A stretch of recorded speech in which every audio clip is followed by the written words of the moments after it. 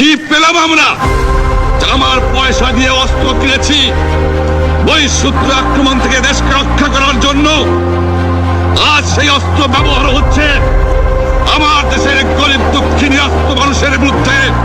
তার বুকের উপরে হচ্ছে গুলি। আমরা পাকিস্তানের সংখ্যাগুরু।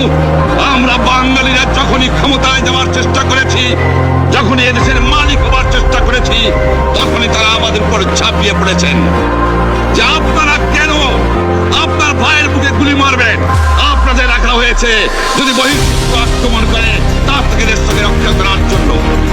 জনাব ইয়াহিয়া খান সাহেব, আপনি পাকিস্তানের প্রেসিডেন্ট, দেখে যান, ঢাকায় আসেন কিভাবে আমার গরিবের উপরে, আমার বাংলার মানুষের বুকের উপরে গুলি করা হয়েছে, কি করে আমার মায়ের কোল খালি করা হয়েছে, কি করে মানুষকে হত্যা করা হয়েছে। আপনি আসুন, দেখুন, বিচার করুন, তারপরে আপনি ঠিক করুন। আমি এই কথা বলেছিলাম। হঠাৎ আমার সঙ্গে পরামর্শ না করে, আমাদের সঙ্গে আলোচনা না করে, 5 ঘন্টা গোপনে বৈঠক করে যে বক্তৃতা তিনি করেছেন এবং যে বক্তৃতা করে অ্যাসেম্বলি করেছেন, সমস্ত দোষ তিনি আমার উপরে দিয়েছেন, বাংলার মানুষের উপরে দিয়েছেন।